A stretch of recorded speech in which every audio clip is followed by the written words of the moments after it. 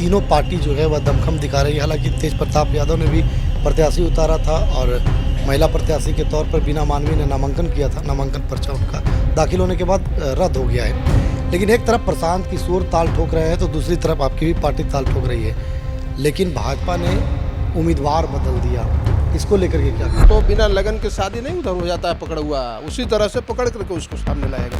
मैंने बीजेपी को उम्मीदवार तक नहीं मिला। आप डिग्री कॉलेज पर जब सवाल खड़ा कर रहे हैं तो वो तो कहेंगे कि भाई जब उनकी सरकार होती थी तो वो चरवाहा विद्यालय खोलते थे। देखिए वापस डर से ले लिया, डर से लिया है और कारण तो कुछ बताया नहीं। पारिवारिक कारण क्या होता है? पारिवारिक कारण जिस दिन देखे होंगे आप लोग कि उम्मीदवार बनाया गया तो उनके माँ खुशी के आंसू छलक रहे थे, उनके पिताजी को खुशी के आंसू छलक रहे थे। भाजपा एक कार्यकर्ता को हम लोगों को उम्मीद नहीं था, उम्मीदवार बनाया। पटना में एक युवक बंटी यादव सेक्स रैकेट को लेकर के लगातार वो मोर्चा खोले हुए था। उसकी अपहरण होती है, सीसीटीवी फुटेज सामने आता है, पुलिस जिंदा उसे नहीं बरामद करती है और जब मुर्दा बरामद होता है तब उपलब्धि पुलिस मानती है। और एसपी एक दिन पहले कहा कि जिस दिन हथियार फेंका एसपी ने बोला कि विक्षिप्त है, इसको मानसिक विक्षिप्त है, इसको इलाज कराया जाएगा। फिर उसको इनकाउंटर कैसे कर दिया? और सरकार के खजाने में पैसा कहाँ है जी? वेतन देने के लिए नहीं है, पेंशन देने के लिए नहीं है ना? एमएलए का वेतन फंड रुका हुआ है, एक पैसा किसी आप को लोगों नहीं को है। अरे वो भी समय पर नहीं मिल रहा है, 2-3 महीना एरियर हो जा रहा है। पैसा का, हाँ, खुद उनका वेतन, मुख्यमंत्री का वेतन नहीं जा रहा है, पैसा नहीं है। आपको पता है सारे ट्रेजरी को लॉक कर दिया गया, पता है कि नहीं पता है? सारे ट्रेजरी, बिहार के एक भी ट्रेजरी नहीं है जो किसी चीज़ का भुगतान कर रहे हैं, सारे ट्रेजरी को लॉक कर दिया है। दिवालिया की स्थिति है। नमस्कार, मैं चितरंजन कुमार और आप देख रहे हैं सीतयोग न्यूज। देखिए हमारे साथ आज एक खास मेहमान हैं। अभी बिहार में बांकीपुर विधानसभा चुनाव होना है और ऐसे में आरजेडी इनके कंधे पर एक बड़ी जिम्मेदारी दी है। स्टार प्रचारकों के सूची में शामिल है। हमारे बगल में बैठे हुए जो नेताजी हैं वह औरंगाबाद के पूर्व विधायक भी रहे हैं और पूर्व मंत्री भी रहे हैं और अभी आरजेडी ने इन्हें एक बड़ी जिम्मेदारी दी है बांकीपुर की और नामांकन जो है वह बांकीपुर में समाप्त हो चुका है। रेखा गुप्ता आरजेडी की प्रत्याशी और उपचुनाव हो रहा है। नितिन नवीन के राष्ट्रीय अध्यक्ष बनने के बाद राज्यसभा चले गए और वह सीट खाली हो गई थी। उसके बाद से वहाँ चुनाव हो रहा है, उपचुनाव हो रहे हैं और इसको लेकर के एक तरफ जहाँ आरजेडी ताल ठोक रही है तो दूसरी तरफ भाजपा ताल ठोक रही है। तो तीसरी तरफ भी एक मोर्चा जो है वह अब प्रशांत किशोर ने खोल रखा है और कहा जा रहा है कि वहाँ अब मुकाबला त्रिकोणीय है।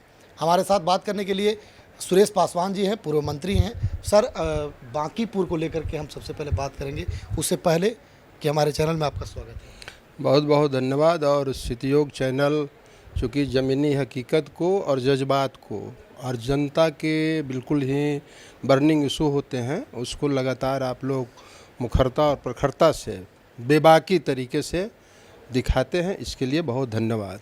बांकीपुर में विधानसभा चुनाव का जो है उपचुनाव हो रहा है और वहाँ तीनों पार्टी जो है वह दमखम दिखा रही है। हालांकि तेज प्रताप यादव ने भी प्रत्याशी उतारा था और महिला प्रत्याशी के तौर पर बीना मानवी ने नामांकन किया था। नामांकन पर्चा उनका दाखिल होने के बाद रद्द हो गया है। लेकिन एक तरफ प्रशांत किशोर ताल ठोक रहे हैं तो दूसरी तरफ आपकी भी पार्टी ताल ठोक रही है। लेकिन भाजपा ने उम्मीदवार बदल दिया, इसको लेकर के क्या कहेंगे? देखिए, भारतीय जनता पार्टी तो उसी दिन चुनाव हार गई कि नॉमिनेशन करा करके और नॉमिनेशन वापस ले लिया।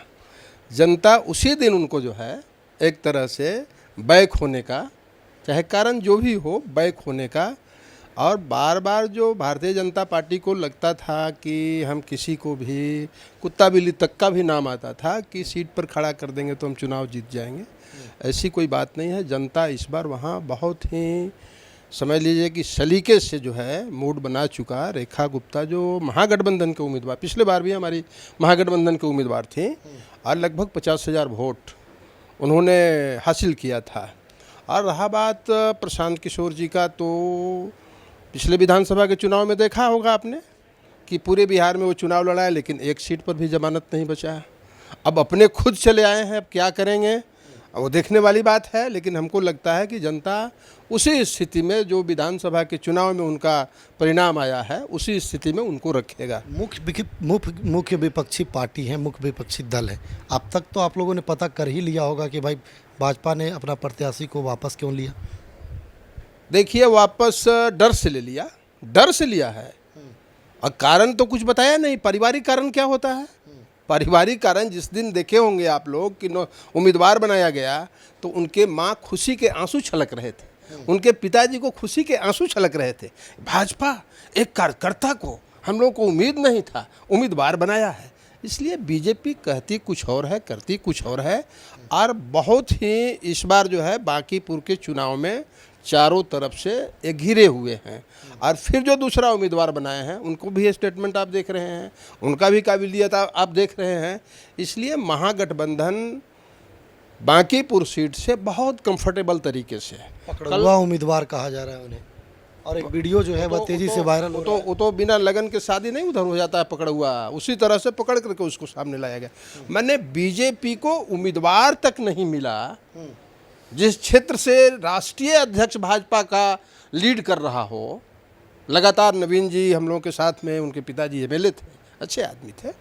तो समझ लीजिए कि जिस पार्टी को जो राष्ट्रीय अंतर्राष्ट्रीय पार्टी अपने को कहती है कि दुनिया का सबसे बड़ी हम पार्टी हैं, नरेंद्र मोदी जी कहते हैं, और उसके अध्यक्ष हैं नितिन नवीन जी, ये तो पहले ही गेम में जो मैंने क्या बोलते हैं उसको, मैंने आउट हो गए। उम्मीदवार का जो चयन नहीं कर सका, उम्मीदवार का ही जो चयन नहीं कर सका, वो मैदान में क्या जनता से वोट मांगेगा, किस बात के लिए मांगेगा? सम्राट चौधरी मुख्यमंत्री हैं अभी, और लगातार सुरक्षा को लेकर के, क्राइम को लेकर के और शिक्षा को लेकर के बातें कर रहे हैं। और लगातार बिहार में एनकाउंटर का भी दौर जो है वह जारी है। अपराधियों को पर पुलिस जो है वह फायरिंग कर रही है, हाफ एनकाउंटर बता करके एनकाउंटर कर रही है।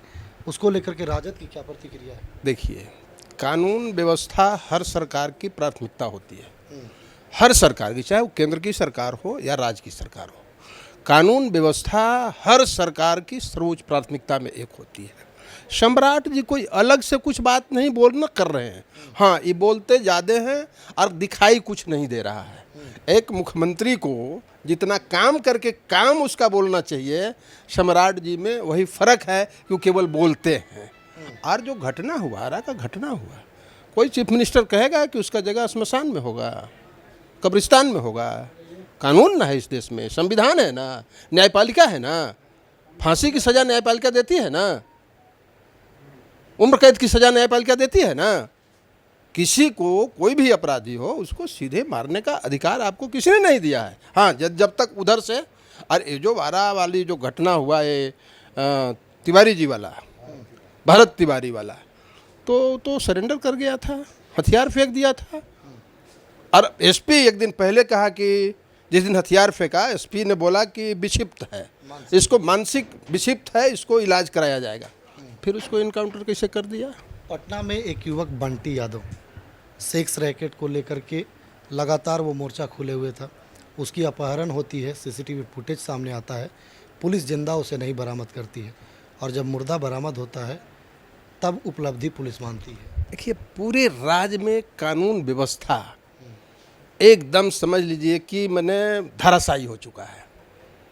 बिल्कुल उसको कहिए से मतलब कि ना के बराबर कुछ है ही नहीं। केवल ये लोग जो है अपने मुंह मियाँ मिट्टू बन करके, है ना, अपना पीठ थपथपा रहे हैं। चाहे बंटी यादव का सवाल हो, 5 दिन पहले उसने, उसके पत्नी और उनके घर के लोग FIR करते हैं अपहरण होने का, और उसी जगह आउटपोस्ट 100 मीटर के अंदर में आउटपोस्ट है, जिसको दिखा रहा है कि हमने सस्पेंड किया। सस्पेंड तो होना चाहिए वहाँ का एसपी को होना चाहिए। FIR किया था ना, तुरंत कॉपी उसका एसपी को जाता है ना। तुम ओपी के लोगों को सस्पेंड करके और दिखा रहे हो कि मतलब कि हमने कार्रवाई कर दिया। ये कौन सी कार्रवाई है? जब तक वरीय पदाधिकारी को ऊपर जिम्मेवारी निर्धारित नहीं होगा, और ये लोग चिल्ला रहा है। इसलिए पूरे राज्य में चितरंजन जी, कानून नाम की कोई चीज़ नहीं है, बिल्कुल धराशायी हो चुकी है, और अपराधी बेलगाम हैं। जहाँ चाह रहे हैं चैलेंज करके उठा के ले जा रहे हैं और उसको ख़त्म कर दे रहे हैं, मार दे रहे हैं। बेलगाम ही नहीं, बेहिसाब भी हैं। किसानों का अब जो है वह समय आने वाला है। जुलाई आधा समाप्त हो चुका है। बिहार में जैसा कि सरकार ने जो डाटा पेश किया है, 45% से अधिक मतलब कम वर्षा जो है वह हो पाई है इस बार।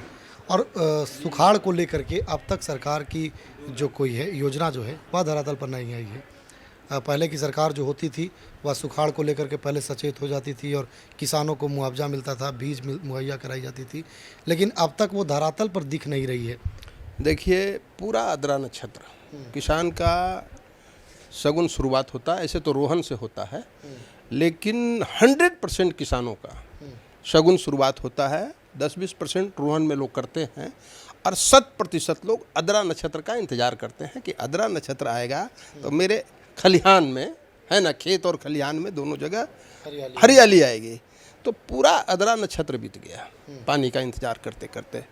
बहुत मामूली सा, मतलब कि मैंने उसको क्या कहिएगा, 2-4-5% है ना जो पानी हुआ, जो हाल भर भी नहीं हो पाया।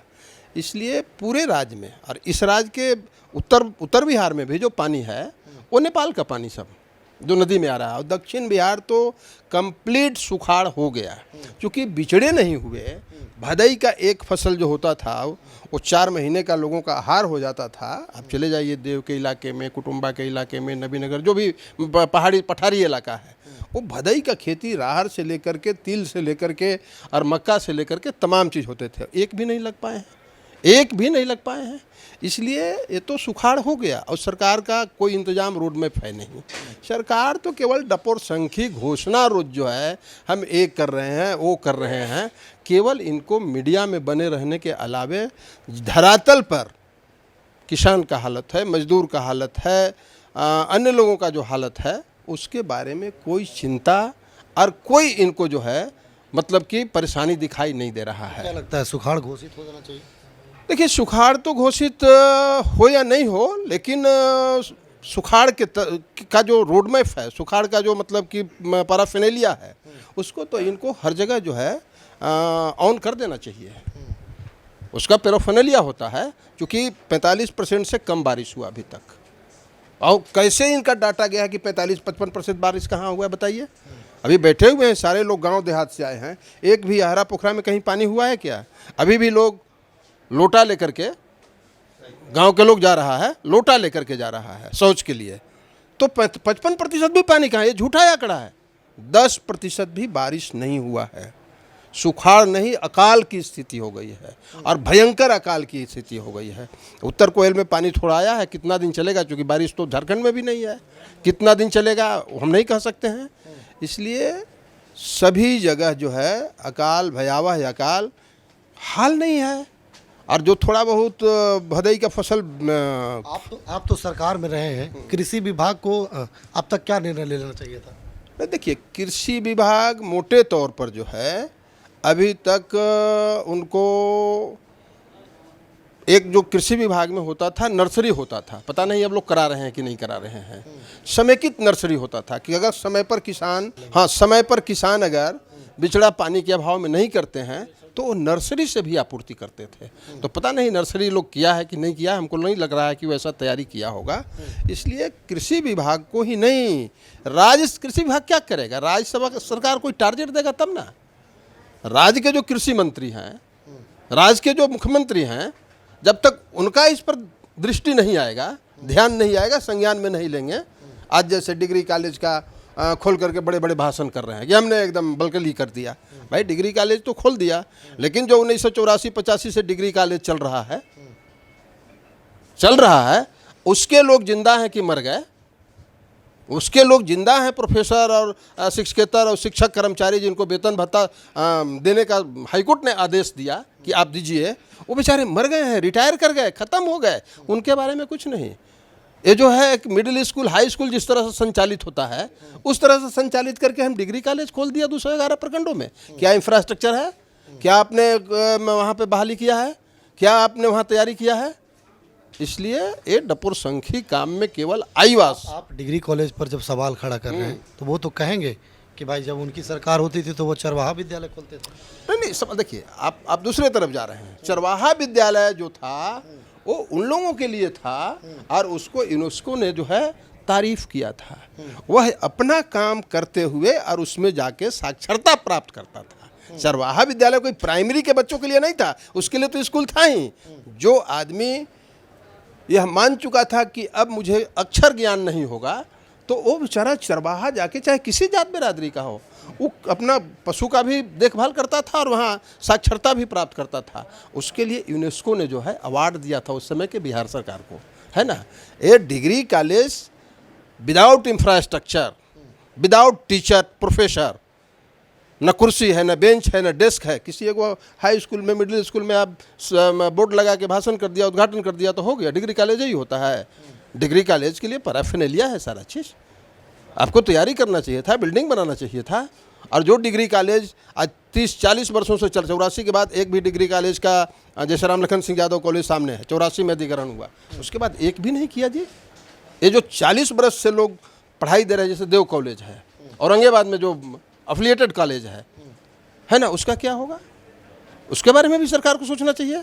हाईकोर्ट ने आदेश दिया है कि भाई इनका वेतन और भत्ता और रिटायरमेंट का और पेंशन का सारा चीज़ दीजिए आप, लेकिन सरकार चुप्पी साधे हुए है। और सरकार के खजाने में पैसा कहाँ है जी? वेतन देने के लिए नहीं है, पेंशन देने के लिए नहीं है ना। एमएलए का वेतन फंड रुका हुआ है, एक पैसा किसी को नहीं है।